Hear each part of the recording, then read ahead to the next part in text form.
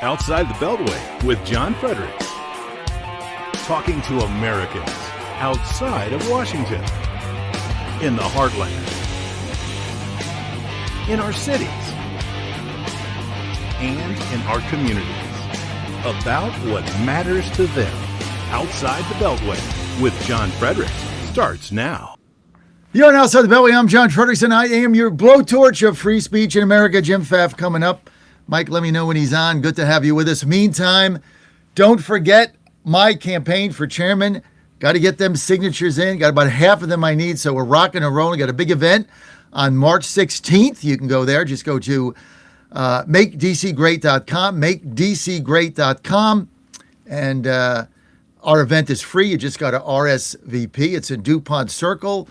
Got some speakers coming in, led by Brandon Beach, U.S. Treasurer, is going to be there. John Reed has agreed to be one of my featured speakers. John Reed, former candidate for lieutenant governor in Virginia, did a great job. John Reed is going to be there. Also, the ambassador from Moldova, who's on my show today for an hour, he's going to be there as well. And just go to makedcgreat.com. Go to my events page. It's there. While you're there, on my page, please consider making us a donation. We'd appreciate it. I get a mailer out for our event. I've got a lot of other things going on, text and all that. So if you can help us out, plus I got this event I got to pay for, I'd really appreciate it. Now, the good news is the maximum donation that you can make is $200. $400 for a couple, but $200 a piece is it. So I ask you to do me a favor. Just go to makedcgreat.com. Tell her, Mike, if you could put that up on the screen. There's a QR code as well. Just go to makedcgreat.com, makedcgreat.com, and also you can just go to the donate page there, and every little bit helps. I got to get this mailer out tomorrow, so we're trying to pay for that. So I'd really appreciate it. Somebody's got to do it, and there's got to be leaders in the Republican Party post-Trump if you're going to take this thing to MAGA and America First and beyond. And I hope to be in a position to offer that as we go forward. So just do me a favor, makedcgreat.com. And if you can come to D.C. on the night of the 16th, love to have you there. makedcgreat.com. There it is right there, Mike. Thank you. makedcgreat.com. And we thank you for that. Okay. Thank you. We got Jimmy Pfaff on. Always good to have Jim Pfaff on. And Jim, don't forget, Jim, you're invited. Bring Jim in. Let's get Jim in, and we'll go over some of the headset stuff, and we'll do that. There's Jim. How you doing, Jim Pfaff? Doing well. How are you? Good. How are you Jim. doing, John? Good, Jim. Chairman and President of the National Conservative Caucus, based here in Washington, D.C. Jim, thanks for being with us. Jim, you're also invited, you and Myra, to our March 16th event, DuPont Circle. Hope that we're going to see you there. Awesome. Hope to be there. Let me get a pen, and I'll send you an invite so I remember that. Also, thank you. As usual, we'll shake you down for a $200 campaign donation out of the goodness of my heart, because what are friends for? you know it. We're not shy about asking for campaign donations here. You can't be in this environment in Washington, D.C., but with me on the executive committee and you running the conservative caucus there, and you've got a local caucus that's really neat. I was to Lori's, I think, Lori Furstenberg. Mm-hmm. She had. I was shocked when I came in. She had like 40 people there, everybody in their 20s. Mm-hmm. So she's built a following of young people. I really haven't gotten her on my side yet. Going to need some help there. She's kind of a skeptic, but it's all good. But you and I together, RNC, Conservative Caucus here, we're going to make some noise and make some change, Jim. Oh, yeah. Anyway, it's good to have you with us. Let's get, I want to play a Seth clip here and get your take on everything that's going on. Let's get to cut 4, Pete Hegseth. Take a look. Do we have any overt or covert forces inside Iran now? I wouldn't tell you that if we did. Only reason I ask is earlier this week you said no. Is that still the answer? Yeah, that's still the answer. But we reserve the right. We would be completely unwise if we did not reserve the right to take any particular option, whether it included boots on the ground or no boots on the ground. CBS News has. Jim, I just want your unadulterated take on the Iran war, where it stands now, how it's going to play into the midterms. Well, if we come out of this situation, I'll give you my assessment in a minute, but if we come out of this situation with a new regime that is not radical, theocratic, and the way that the Ayatollahs have been for 47 years, even if there's something a little bit shaky about it and it's still trying to work its way out, but it's clearly not going in that direction. I think there's a pretty decent chance that Donald Trump will big time have a positive effect on the midterms. Now, there's a whole lot that Republicans are doing, frankly, that can keep that from coming about. And I would also add, I endorsed Donald Trump's True Social post the other day where he says he's not signing any bills until they pass the Save America Act. I would take that one step further. I'd say I'd be vetoing legislation just because you're not willing to move on that, because it can pass. They can do it through the talking filibuster. It's an existential bill for this country. As to what the situation is in Iran, as I see it, every indication that I see is that for the construct of war that the Trump administration has put together, they're killing it.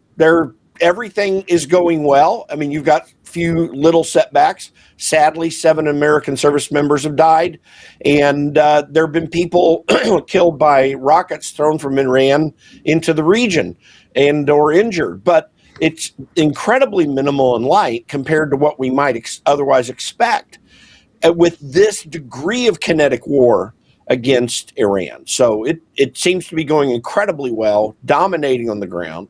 I'm kind of skeptical about us just running into wars because of the potential regime change war situation. But I think the American people, and including me, have confidence that Donald Trump is not about going into regime change wars in the manner that we've been doing them in the last few decades, really for the last 100 years. So going well, but on the back end of that, I have no idea what the back end is. I don't know what the end result of all this is going to be. And if it's troops on the ground, the American people are not going to accept that. That would be a killer.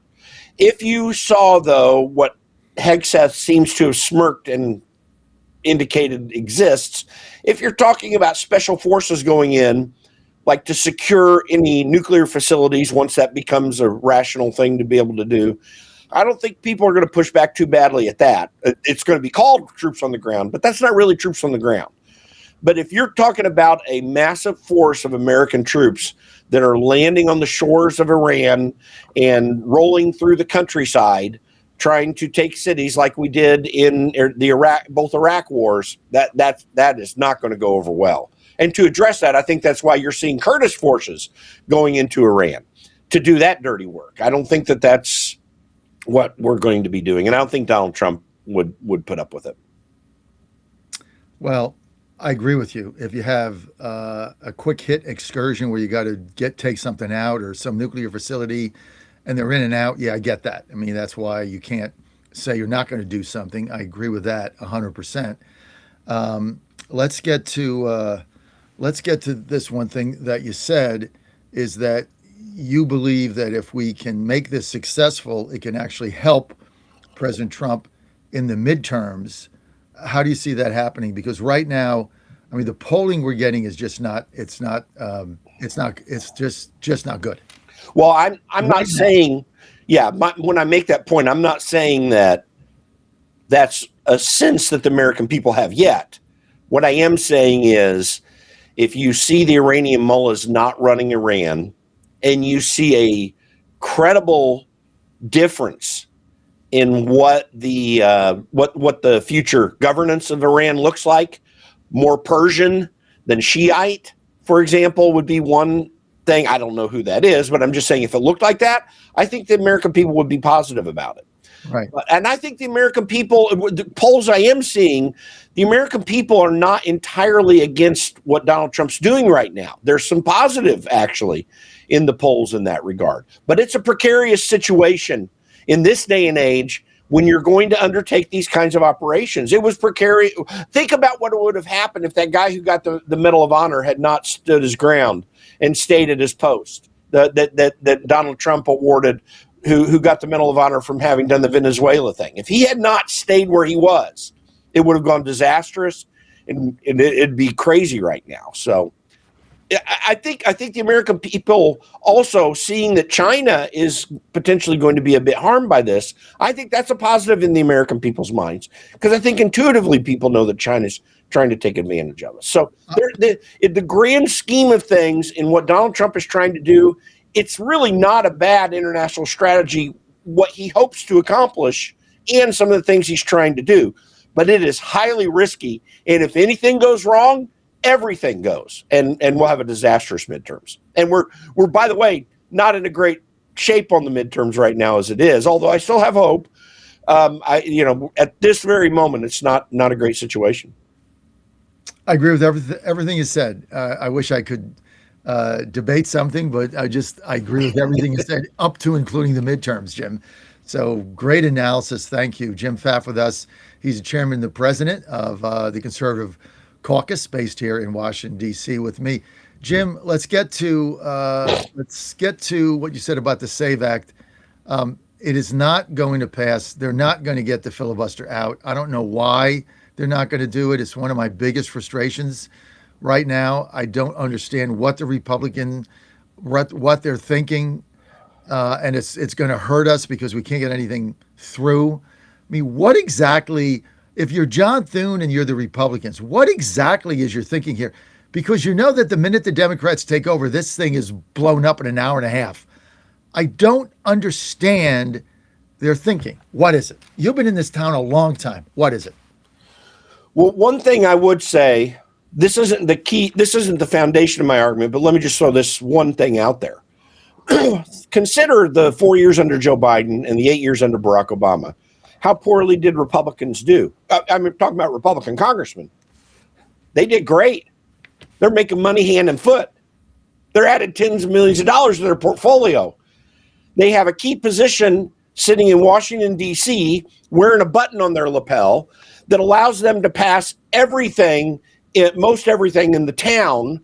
They get treated like kings. They are made to think that they are really important people when, candidly, and I've known a lot of senators and congressmen, they're really not important people, okay? They are. It's a great position to go out and make statements on TV and be well known. Some of those people we really revere, like a Mike Lee or Ron Johnson, or name the person that you really revere. But even those guys are not important, with all due respect to my friends. So they do well. Like, there's nothing harmful being in the majority for every individual member of Congress who gets elected. $174,000 a year paycheck, large staff, everything. That is a big problem. So that's why I'm more and more come to the conclusion of term limits. Secondarily, though, is this. We have a muscle memory problem, particularly in the Senate. It's all over Republicans in D.C., but in the Senate, Mitch McConnell's plan for the, I guess, nearly 30 years or 25, whatever years it was that he was majority leader, did one thing and one thing only. Other than, and I give him credit for it, other than getting really good judges in, he worked really hard at that. And he's known for that. But I'd take the opposite. If I did not have his intention to never do anything controversial, never take any risk of riling up anyone over anything you would do in legislation, work with Democrats where in such a manner that you could make a fuss if you wanted to for a while, but never actually do anything. That was the Mitch McConnell plan. And for the most part, that was Republican House Speaker's plans. So, pardon me there.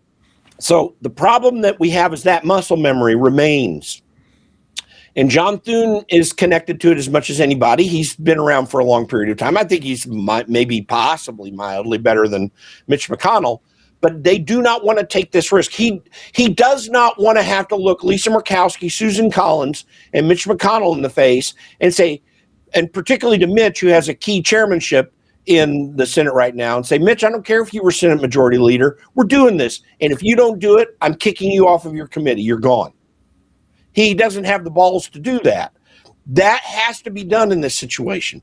Ultimately, John Thune runs the floor in the Senate. The Majority Leader runs everything in the Senate.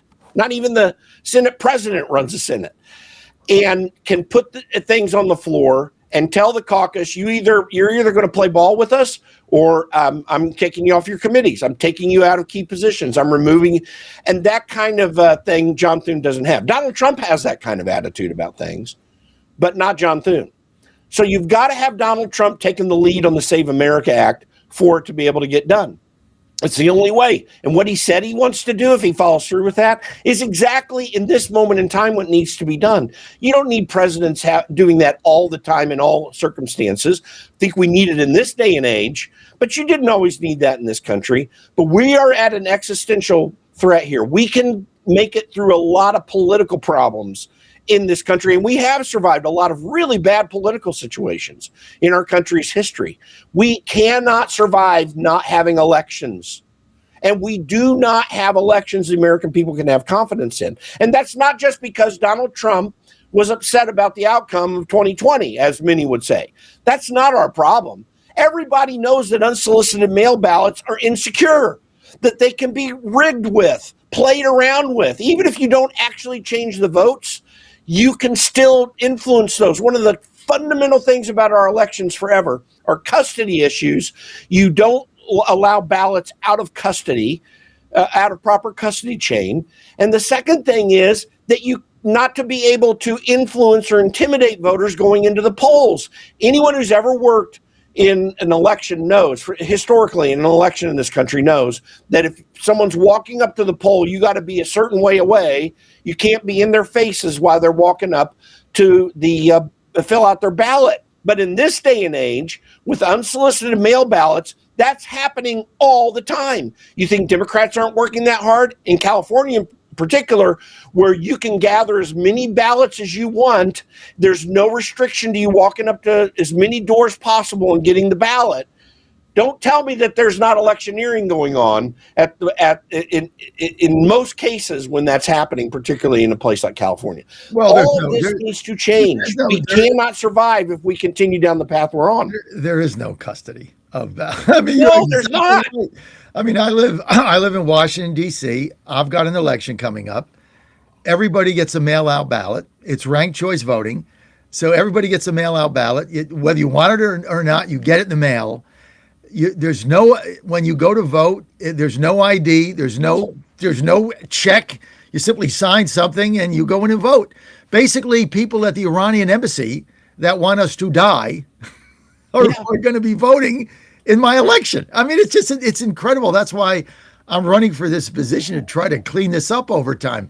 I mean, it's really laughable. Now, we're going to try to figure out how to take advantage of it, and we will to some extent, but it's crazy. I mean, it's like you can't, everybody gets a ballot. Anybody can vote. There is, and if you show ID in D.C., you're a pariah. It's like, don't show me that ID. It's like you're pulling out the cross, and the other person's Dracula's like, ID, I mean, it's crazy, Jim. Every place where there are unsolicited mail ballots, you do not have elections. Now, even if you could say, after 6,000 years of recorded history, that you're not going to get immoral behavior out of an election process, which is a lie, because you will get immoral behavior. Every place immorality can come into it, someone's going to commit fraud if they can. But let's say there's no fraud with ballots that are mailed out. You're still going to have problems with unsolicited mail ballots, largely because the election rolls are bad. I mean, Tom Fitton at Judicial Watch is having to fight this and got some Supreme Court help.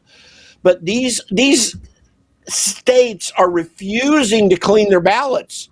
Why would you even not try to clean your ballots? Like, it shouldn't be, or your, not your ballots, to clean your registration rolls. Why would you not clean your registration rolls? Like, you can have an acceptable error of people on who shouldn't be if you've made an aggressive effort to try to keep it clean to begin with. They're not even trying to do that. In fact, they're fighting against it. Why would you even want bad names on your ballot, on your election rolls? Because you want to go get their ballots. I mean, someone wants to do something dirty. That's the only reason you would not clean up your voter rolls. So listen, we have elections we can't have confidence in. We cannot trust the people in many cases who are running our elections from the political level. Listen, there are a lot of election workers, Democrat and Republican, around the country who historically have been very neutral in all this, but they've been neutral in the past in an election process where custody mattered, where verification happened, where you did not have Democrats kicking Republicans out of counting facilities like in Detroit in 2020. In the view of everybody, kicking them out so they can't watch what's going on with the counting. You cannot survive like that, and we have to get that changed. The Save America Act is existential. We survived the Jefferson Adams kerfuffles and the attacks against Andrew Jackson. We survived a freaking civil war and 2 world wars, and somehow remained a country. We cannot survive elections like we do them right now. That will, if not in our lifetime, very shortly thereafter, destroy this country if we don't change it now. I agree with you 110%, but we're not going to pass it before the midterms. Well, let me interrupt you and just say this, John. The standing filibuster can do that. And listen, do not let anyone tell you or fool you about this. Everyone should read Rachel Bovard's on this in the Federalist.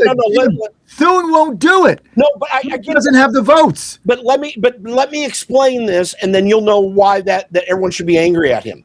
It can do it because if you make people have to work hard on the floor, they're going to give up eventually. We did this with the Civil Rights Act. Is that okay? Stop. Hard stop. Yeah. Can John Thune make that decision, or does he have to get 51 votes to do that? Oh, no, he can do it anytime he wants to. The 51 vote problem that he keeps crying about is we don't know if we're going to get our caucus to vote for Democrat amendment, because there would be some amendments coming in on this. Wait. I want to get back to a key theme, and I've only got a couple of minutes.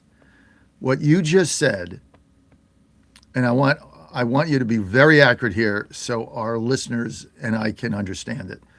You're saying, have served as chief of staff on Capitol Hill for a long time to a key person.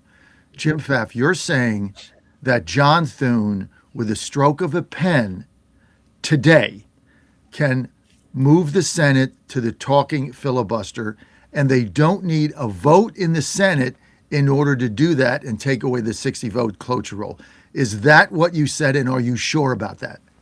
Absolutely. Everyone should go to the Federalist and search under Rachel Bovard. Rachel Bovard, who is who I go to when I want to verify what I think on Senate rules. See, I was a creature of the House when I worked on Capitol Hill. I didn't work in the Senate. But Rachel, who did, is one of the best experts in this town on Senate rules. She wrote in the Federalist how this process could work. So John Thune today, by the way, as he did with that housing bill a week or so ago. I mean, you remember we're in the middle of this debate. Well, we can't do this, and he puts a housing bill on the floor, giving the finger to everybody. We don't need a housing bill. Then he called it important legislation. John Thune today, as he did with that bill, can walk onto the floor and get the process moving on this bill.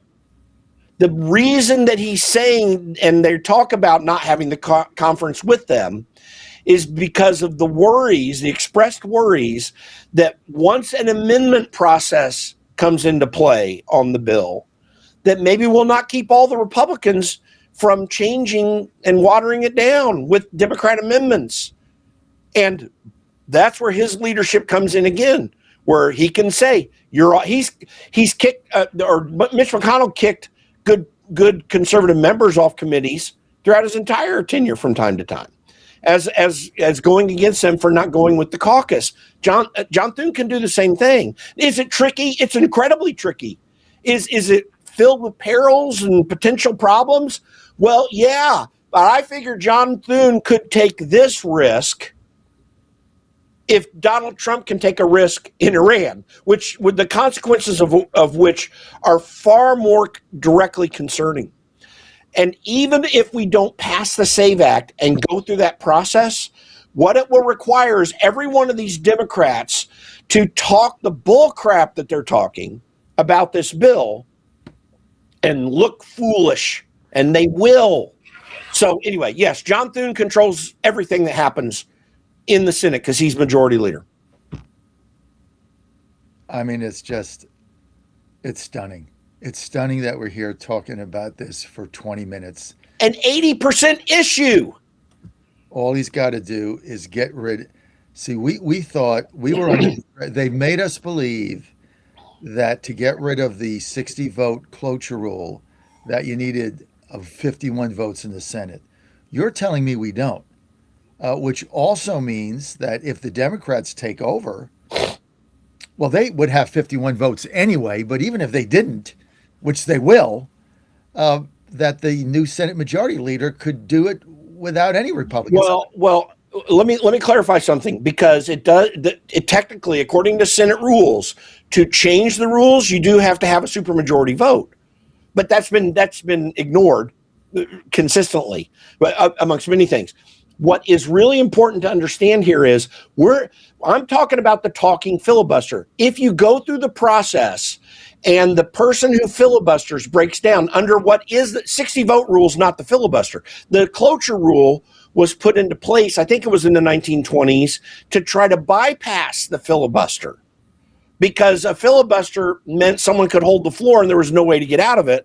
And 60 votes, which initially was 2/3 votes, would have been 66 in today's parlance. You'd have had to have, if you could get 66 senators, you could get out of debate and move on to the bill. Cloture's not the filibuster. The filibuster is you got to stand. Mr. Smith goes to Washington, decently represents the process here. You've got to stand up and talk, and once you can't talk anymore, we move on, and it's a majority vote. Jim, they're never going to do it. I mean, I love you to death. I love your passion. I agree with everything. I'm not making the claim that they are. I'm making the claim of why they're cowards for not doing it. What's so annoying here to our audience is you just laid out. Thune needs to just do it. He's not going to do it. So, like, what is even the purpose of having a Republican Senate? Like, what is the purpose of this? There's no purpose. When the president said, okay, that's it, I'm done, I'm not going to sign any more bills if the SAVE Act doesn't get to my desk, I'm thinking to myself, well, what bill are you going to sign? Because they don't pass anything. They don't pass anything that you would sign. John, I've been making the argument lately. If they did the standing filibuster on every bill from here on out, they would probably double their output over the next few months prior going into the election, and the American people would accept it. Frustration with MAGA, with America First, with the Senate, has just reached a boiling point. And I mean, now we got my friend Chris LaCivita trying to get the president to back John Cornyn, who doesn't want to get rid of the 60 vote filibuster rule. So we're just not getting it. Like, okay, well, what's the purpose of having Cornyn if he's not going to vote to get rid of the bill or to get rid of the cloture? What is the point? I don't get it. And all the arguments are wrong. You got Karl Rove and I guess Chris LaCivita out there saying how, well, no, we got to do Cornyn because Paxton's he's in bad shape. He could really lose. That is a bunch of bull crap. Ken Paxton, even in under controversy, has won 3 statewide elections. John Cornyn has been persistently anti-Trump. He only comes on with Trump when the political wins are there. Well, he undermines Donald Trump in every way. The guy I think against James. We're agreeing on everything today, Jim. Everything, and I 100% agree with your position. But he's done nothing. I mean, the bottom line is, and Paxton gets out the base. Cornyn's not going to get out the base. No. Jim Pfaff, I gotta go. People want to follow you. Where do they go? Go to theconservativecaucus.com or at TC Caucus on X. All right, Jim, thank you. We got Dr. Ben Tapper coming up. We've got the ambassador from Moldova, Vlad Komaniski. He's going to be with us for an hour at 8 o'clock, be taking your calls. You're live on the John Fredericks Media Network, trucking the truth across America.